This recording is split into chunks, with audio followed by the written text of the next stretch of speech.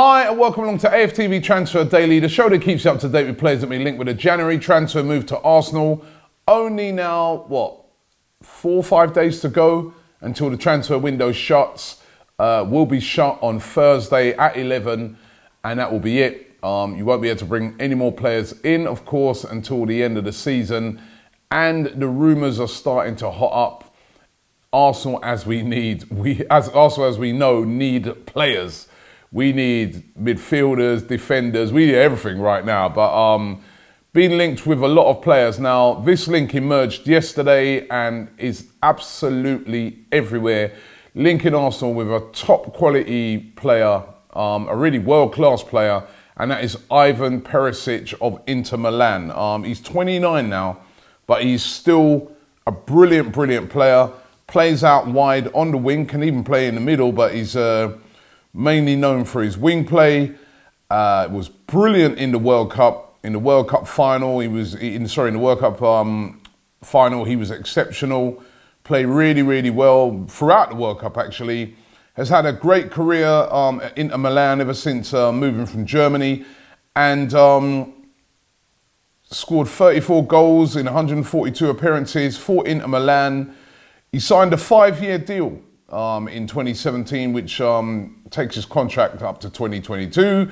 The sensible thing to do when you've got a player like this, get him on a long-term contract, and said to be valued around about 35 million to 40 million pounds. Now, news emerging yesterday that Arsenal have been talking to Inter Milan about the possibility of loaning Perišić until the end of the season with a view to a permanent deal.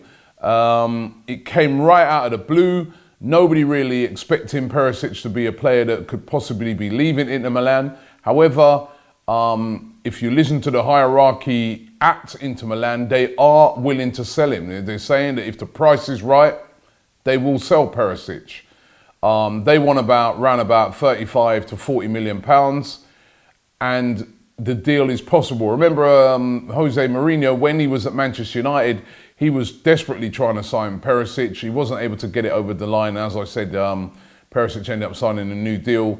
But it does look like this is a possibility. Perišić hasn't been figuring on a regular basis for Inter Milan. And it's said that he wants to move. He would love to move to the Premier League. And Arsenal said to be really interested in him. And this would be a massive upgrade on what we've got. We know, every Arsenal fan knows, that we need a naturally wide player, and it would add a new dimension to Arsenal's team and would be a brilliant signing. However, is it what we need right now at this moment? And is it a deal that Arsenal can get over the line? As we know, it's loans that we're looking for at the moment. There is a possibility that Inter Milan may be up for a loan until the end of the season with an option to buy, but they would rather money up front. That is what they would, and who wouldn't? Who wouldn't want the money up front right now? But we have to keep an eye on this one. David Ornstein reporting this. A lot of other, very good sources reporting this. This is something that is in progress at the moment. Doesn't mean it's going to happen, but let's see how this one figures out with Ivan Perišić. Arsenal also linked with another wide player today, and that is Malcolm of Barcelona. Earlier on in the week, I said that Arsenal were looking at Malcolm. Again today, it's everywhere that Arsenal are talking to Barcelona and saying, really inquiring about the possibility of loaning Malcolm from now till the end of the season. We know that Arsenal were very interested in Malcolm when he was at Bordeaux.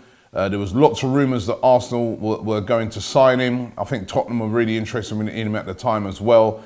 But in the end, he ended up going to Barcelona for £36.5 million. It was a bit of a strange signing because they already had Dembele, they already had players who could play out wide. It hasn't worked out for him at Barcelona. He's hardly played.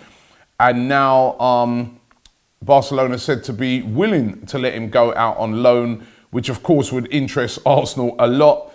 AC Milan apparently also very interested in taking him on loan as well. 21, a good player, a strong player, and very good out wide. Again, we know that Emery's looking for width.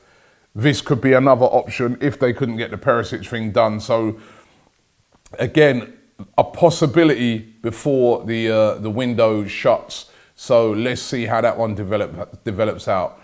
Pablo Fornals is another player linked with Arsenal today. Now, the very talented midfielder who plays for Villarreal.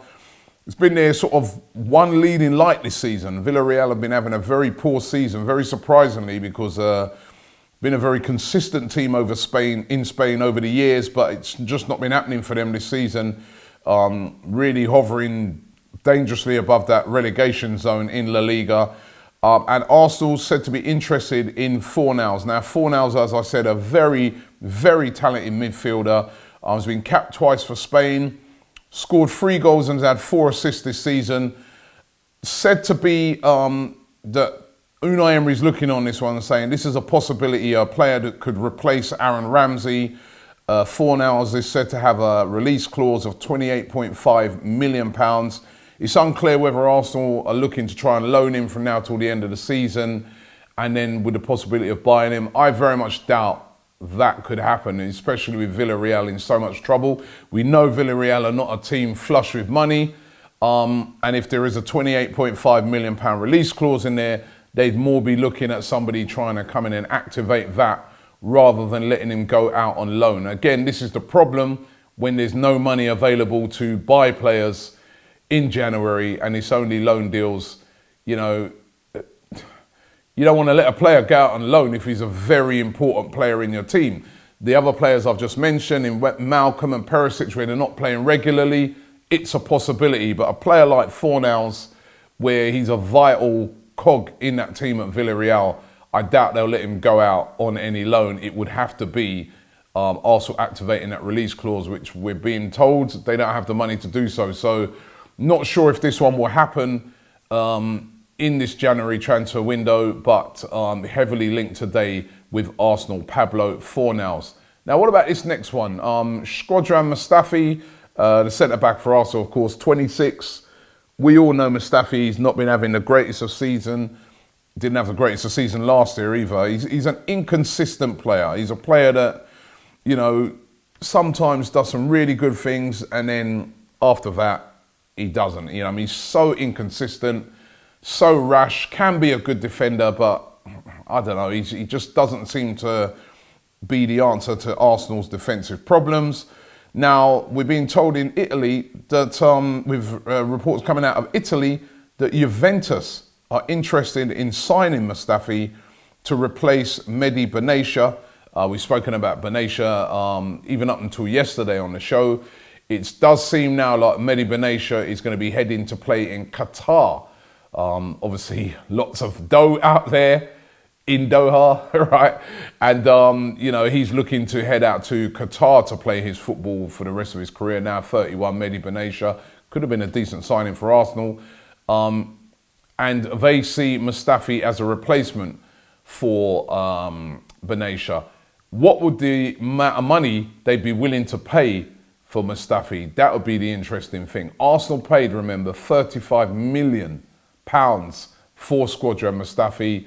There's no way Juventus, if this is true and they are indeed interested in him, I think there's no way they'd be looking to pay that sort of money to take Mustafi. But I do feel we need better. We need a better player than Shkodran Mustafi in the heart of that defence. So let's see how that one pans out. Let's see if by the end of this window, he'll still be an Arsenal player. It'd be a great move for him, wouldn't it? Going out to Juventus. It is surprising.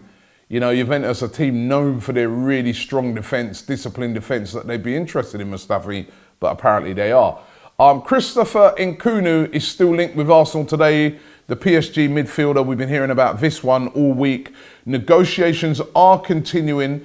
This one is still a big possibility that it could happen between now and the end of the transfer window.